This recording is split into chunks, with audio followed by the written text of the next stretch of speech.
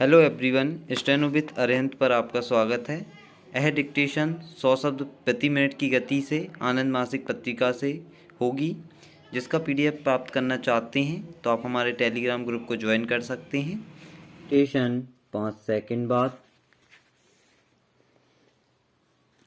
महोदय, राष्ट्रपिता महात्मा गांधी का उदाहरण हमारे लिए बहुत पुराना नहीं है।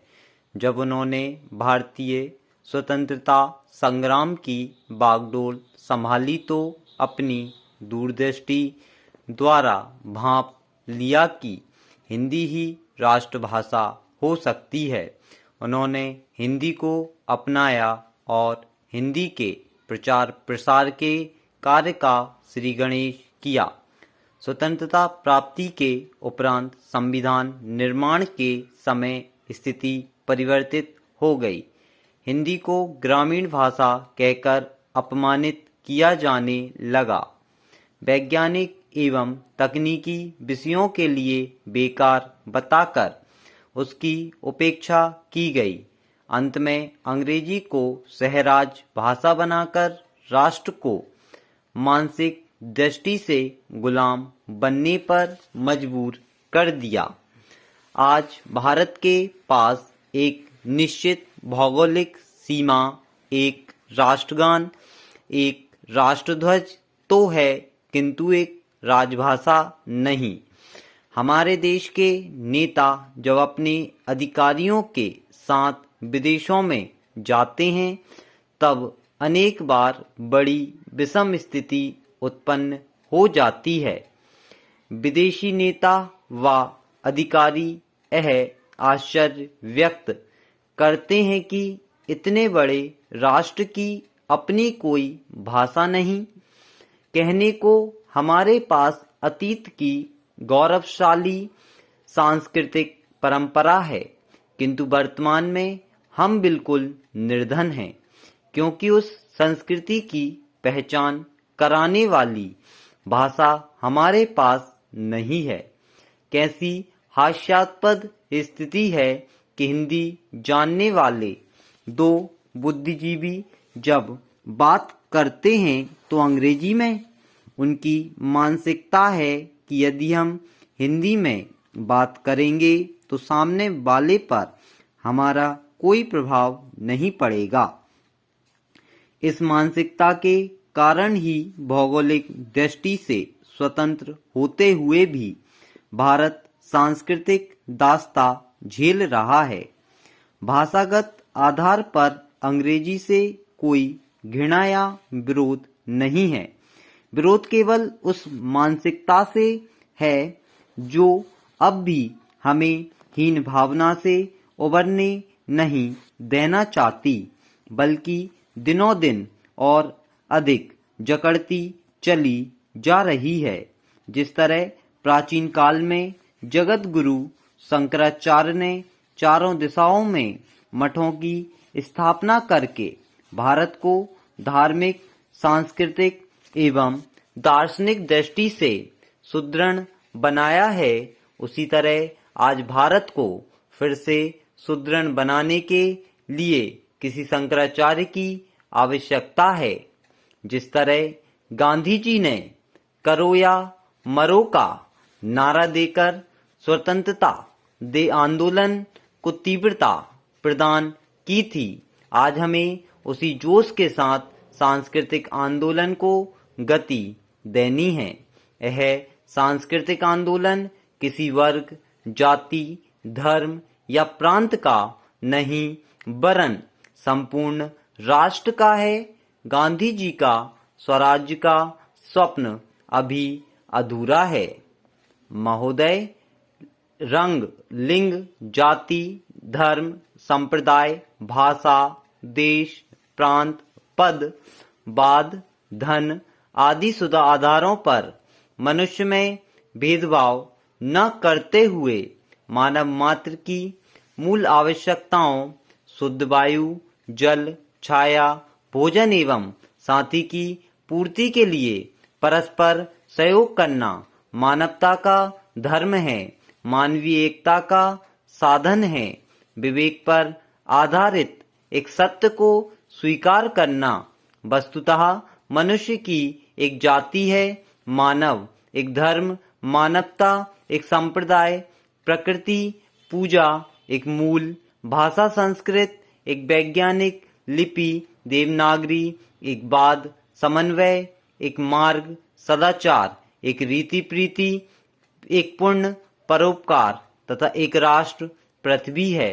संपूर्ण विश्व में मुक्त व्यापार तथा स्वतंत्र आवागमन वर्तमान में प्रचलित विषमताओं को कम करने का एक सशक्त माध्यम हो सकता है।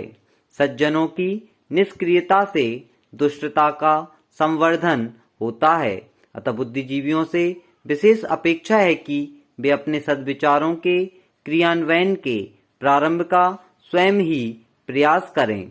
पर्यावरण और संस्कृति धरोहर के संरक्षण के साथ साथ यह भी सुनिश्चित किया जाना चाहिए कि सभी पृथ्वीवासी मनुष्यों की मूल आवश्यकताओं की पूर्ति हो। शुद्ध वायु, जल तथा छाया की 3 प्रारंभिक मानवीय आवश्यकताओं की पूर्ति हेतु धर्म स्थलों एवं सार्वजनिक स्थलों में बरगद, पीपल, पाकड़, गूलर, आम, नीम आदि वृक्षों का आरोपण तथा अन्य सफाई की सुविधाएं होनी चाहिए। पर्यावरण संरक्षण के लिए ग्रामांचल में व्यक्तिगत वनों का विकास किया जा सकता है। प्राचीन ऋषि आश्रमों की तरह इस वन आवास में कमल युक्त तालाब, स्वच्छंद विचरते हिरण, बंदर तथा पक्षी रहेंगे। पर्यावरण संतुलन की यह एक प्राकृतिक प्रयोगशाला होगी। लगभग 700 वर्ष पूर्व जब एक सूफी विद्वान जनाब अमीर खुसरो ने अपनी 2-2 पंक्तियों की छोटी छोटी रचनाओं में जिस भाषा को जन्माया था, तब उन्होंने इस बात की शायद ही कल्पना की होगी कि यही भाषा एक दिन हिंदी के नाम से विख्यात होकर इस हिंदुस्तान की सबसे बड़ी भाषा के रूप में स्थापित होगी और विश्व की 2800 भाषाओं में विश्व की तीसरी सबसे बड़ी भाषा के रूप में उभरेगी। हमारे देश में 179 भाषाएं, 544 बोलियां तथा 1652 मातृभाषाएं गिनाई जाती हैं। इस विभिन्न तथा बहुभाषा भाषी देश में कई धर्मों के लोग रहते हैं। स्पष्ट है वे भले ही अलग अलग संस्कृतियों के वारिस हों, परंतु जब वे सदियों से देश में रहते आए हैं तब वे एक ऐसी संस्कृति का हिस्सा बन गए हैं जो एक मिश्रित संस्कृति मानी जाती है। महोदय, हमारा देश एक राष्ट्र के रूप में है, भले ही इसमें कई राज्य हैं। अलग अलग राज्यों के निवासी होने पर भी हमारी नागरिकता एक है, हमारी राष्ट्रीयता एक है। इस एक नागरिकता के नाते हम इस देश के विभिन्न प्रदेशों में आ जा सकते हैं, रह सकते हैं, व्यापार कर सकते हैं, शिक्षा प्राप्त कर सकते हैं, रोजगार कर सकते हैं अथवा भ्रमण कर सकते हैं। अब इस देश जिसमें स्वतंत्रता पूर्व लगभग 539 छोटी छोटी रियासतें थीं, एक राष्ट्र बन गया है और हमारा आना जाना बढ़ गया है। आज लाखों की संख्या में अलग अलग राज्यों के निवासी इस देश के अलग अलग हिस्सों में आ जा रहे हैं। ऐसी स्थिति में हम किसी अन्य प्रांत में जाकर एकदम वहां की भाषा नहीं बोल सकते।